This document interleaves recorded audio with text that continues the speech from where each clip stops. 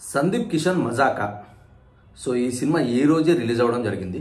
ఈ సినిమాలో సందీప్ కిషన్, రావు రమేష్ గారు అండ్ అన్షు, రీతు వర్మ, సో వీళ్ళు మెయిన్ క్యాస్ట్గా ఈ సినిమాలో యాక్ట్ చేశారు. అండ్ ఈ సినిమా విషయానికి వస్తే ఎస్పెషల్లీ మనం సందీప్ కిషన్ ట్యాగ్ గురించి మాట్లాడుకోవాలి. People star. So people star అని ఆర్ నారాయణమూర్తి గారికి ఆయన ఎలాగో ఉంది. సో పీపుల్ స్టార్ అనే ట్యాగ్ సందీప్ కిషన్ గారికి ఏమాత్రం యాప్ట్ అవ్వలేదు. ఎందుకంటే ఆయన 30 సినిమాలు తీస్తే దాంట్లో చెప్పుకోదగ్గ హిట్స్ 2-3 ఉంటాయి. జస్ట్ మీరు ఇమాజిన్ చేసుకోండి. ఒక ప్రస్థానం కావచ్చు, ఒక వెంకటాద్రి ఎక్స్ప్రెస్ కావచ్చు, రీసెంట్గా వచ్చిన రాయన్ కావచ్చు, నగరం కావచ్చు. సో ఇలా చాలా కొన్ని సినిమాలే హిట్ అని చెప్పుకోవచ్చు. ఆయనకి పీపుల్ స్టార్ అనే ట్యాగ్ అసలు యాప్ట్ అవ్వలేదు, ఆయనకు కరెక్ట్ కాదు. బట్ ఆయన మజాకాలో టైటిల్ కార్డులో మాత్రం చాలా రిచ్గా వేసుకున్నారు. ఒక లియోలో విజయ్ దళపతి రేంజ్లో ఆయన టైటిల్ కార్డ్ వేసుకున్నారు. సో అది ఓకే. అండ్ నెక్స్ట్ వచ్చేసి సినిమా విషయానికి వస్తే త్రినాథరావు నక్కిన, బెజవాడ ప్రసన్న కుమార్ వీళ్ళ కాంబినేషన్లో చాలా సినిమాలు మనల్ని ఎంటర్టైన్మెంట్ చేశాయి. అండ్ వీళ్ళు ఒక డిఫరెంట్ కైండ్ ఆఫ్ కాన్సెప్ట్స్ని, ఫ్యామిలీలో ఉండే కాన్సెప్ట్స్ని చూస్ చేసుకొని దాంట్లో కామెడీ జనరేట్ చేసి మనల్ని నవ్వించడం వాళ్ళ పద్ధతి. సో ఈ సినిమా విషయానికి వస్తే అలానే చేయడానికి ట్రై చేశారు. బట్ సినిమాలో కామెడీ ఎలా ఉందంటే అటు క్రింజు అనలేము, ఇటు నవ్వనులేము. సో చాలా మిడ్ పార్లో ఉంది. సో కామెడీ వచ్చేసి చాలా మిడ్ పార్లో ఉంది మనకు అయితే. సో నాకైతే ఎస్పెషల్లీ చెప్తున్నాను, నాకైతే సినిమా చూస్తున్నంతసేపు నవ్వు అయితే రాలేదు. అండ్ రావు రమేష్ గారి క్యారెక్టర్ నుంచి మోర్ ఫన్నీ జనరేట్ చేద్దాం అనుకున్నారో ఏంటో తెలియదు.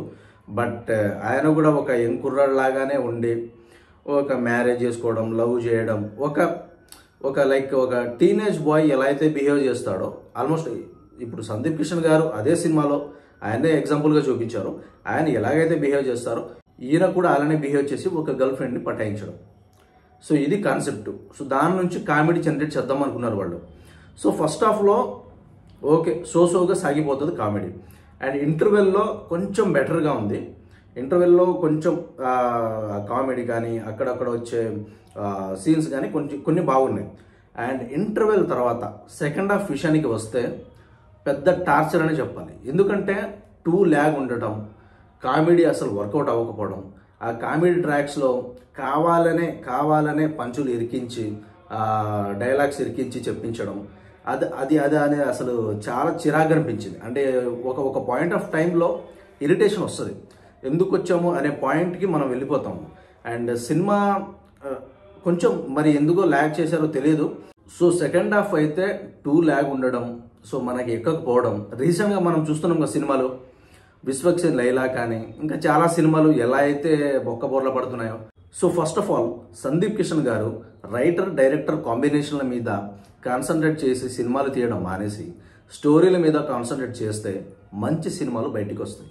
ఎగ్జాంపుల్గా మనం తీసుకుంటే నాని గారు ఎప్పుడు వచ్చారు, అడివిశేష్ గారు ఎప్పుడు వచ్చారు, ఎలాంటి కైండ్ ఆఫ్ సినిమాలు తీసి మనల్ని ఎంటర్టైన్మెంట్ చేస్తున్నారు. సో అలాంటి కైండ్ ఆఫ్ సినిమాలు సందీప్ కిషన్ గారు ఎందుకు చేయట్లేదు? వాళ్ళు ఎక్స్పెరిమెంట్ చేస్తూనే హిట్స్ కొడుతున్నారు, అలాగే మనల్ని నవ్విస్తున్నారు, డ్యాన్స్ చేస్తున్నారు, అన్ని విధాలుగా చేస్తున్నారు.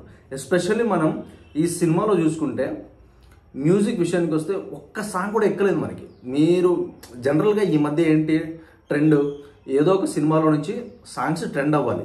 బట్ ఈ సినిమా విషయానికి వస్తే ఒక్క సాంగ్ కూడా ట్రెండ్ అవ్వలేదు, ఒక్క సాంగ్ కూడా మన మైండ్లో లేదు. అసలు అరే ఇది ఈ సాంగ్ ఈ సినిమాలోది అని చెప్పుకోవడానికి లేదు.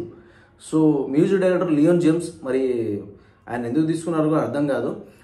డెఫినెట్లీ ఆయన మంచి మ్యూజిక్ డైరెక్టర్, మంచి మ్యూజిక్ ఇస్తాడు కూడా ఆయన. అండ్ బట్ మరి వీళ్ళు వాడుకోలేదో, మరి దాంట్లో కాంబినేషన్ సీన్స్ అలా ఉన్నాయో తెలియదు. సో సాంగ్స్కి ఏం చెప్పలేం. అండ్ బ్యాక్గ్రౌండ్ మ్యూజిక్ కూడా సోగా ఉంది. అండ్ ఎస్పెషల్లీ మనం చెప్పుకోవాలంటే మన్మధుడిలో కనిపించిన హీరోయిన్ అప్పుడెప్పుడో కనిపించి మాయమైపోయి మళ్ళీ కంబ్యాక్ ఇచ్చారు ఆవిడ. అండ్ ఈ సినిమాలో ఆవిడని కొంచెం చాలా అంటే మనం ఎక్స్పెక్ట్ చేయలేం, అలాగే యూజ్ చేశారు ఈ సినిమాలో ఆ క్యారెక్టర్ బట్టి, దాన్ని బట్టి. అండ్ నెక్స్ట్ మనం రావు రమేష్ గారి క్యారెక్టర్. రావు రమేష్ గారికి ఆయన ఎలాంటి కైండ్ ఆఫ్ క్యారెక్టర్ ఇచ్చినా ఆయన చించి అవతల పడేస్తాడు, టూ గుడ్. సో ఆయనకి ఈ సినిమాలో వచ్చిన క్యారెక్టర్ ప్రకారంగా ఆయన టూ గుడ్గా చేశారు. ఆయన తప్పేం లేదు, ఆయన్ని అసలు బ్లేమ్ చేయడానికి ఏం లేదు. బట్ రైటర్ అండ్ డైరెక్టర్ ఆ క్యారెక్టర్ని అలా డిజైన్ చేసి అలా ఆయనతో ఆటాడుకున్నారని చెప్పాలి. బట్ మనకైతే ఆ కామెడీ అయితే ఎక్కడ కనబడదు, అసలు జనరేట్ అవ్వదు, మనం ఎంజాయ్ కూడా చేయలేము. అండ్ నెక్స్ట్ థింగ్ వచ్చేసి యాక్ట్రెస్ రీతు వర్మ. ఈవిడ అసలు ఎందుకు ఇలాంటి కైండ్ ఆఫ్ సినిమాలు చేస్తుందో కూడా తెలియదు. పెళ్లి చూపులు ఎంత మంచి సినిమా, దాని తర్వాత చాలా మంచి సినిమాలు చేసింది ఆవిడ. బట్ పోను మరి ఎందుకో తెలియట్లేదు. సో ఇలాంటి కైండ్ ఆఫ్ సినిమాల్లో పాట అవ్వాల్సి వస్తుంది. ఆవిడకు కూడా పెద్ద ఏం లేదు. అండ్ నెక్స్ట్ సందీప్ కిషన్ గారు, కోర్స్ సార్ మీరు యాక్టింగ్ బాగా చేస్తారు, బట్ కొంచెం ఎక్స్పెరిమెంట్ చేసినా పర్లేదు. బట్ మీ రేంజ్కి, ఐ మీన్ దట్ మీ క్యాపబిలిటీకి మంచి స్టోరీని ఎంచుకుంటే డెఫినెట్గా మంచి సినిమాలు బయటకు వస్తాయి సార్. సో యాజ్ ఎ ఫ్యాన్స్గా మేము కూడా అదే కోరుకుంటుంది మీ దగ్గర నుంచి. మీరు బ్యాక్ టు బ్యాక్ హిట్స్ కొట్టి నిజమైన పీపుల్ స్టార్గా ఎదగాలని మేము కోరుకుంటాం ఇక్కడ.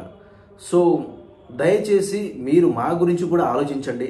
అండ్ ఈ రైటర్ డైరెక్టర్ కాంబినేషన్ల మీద సినిమాలు చేయడం మానేయండి.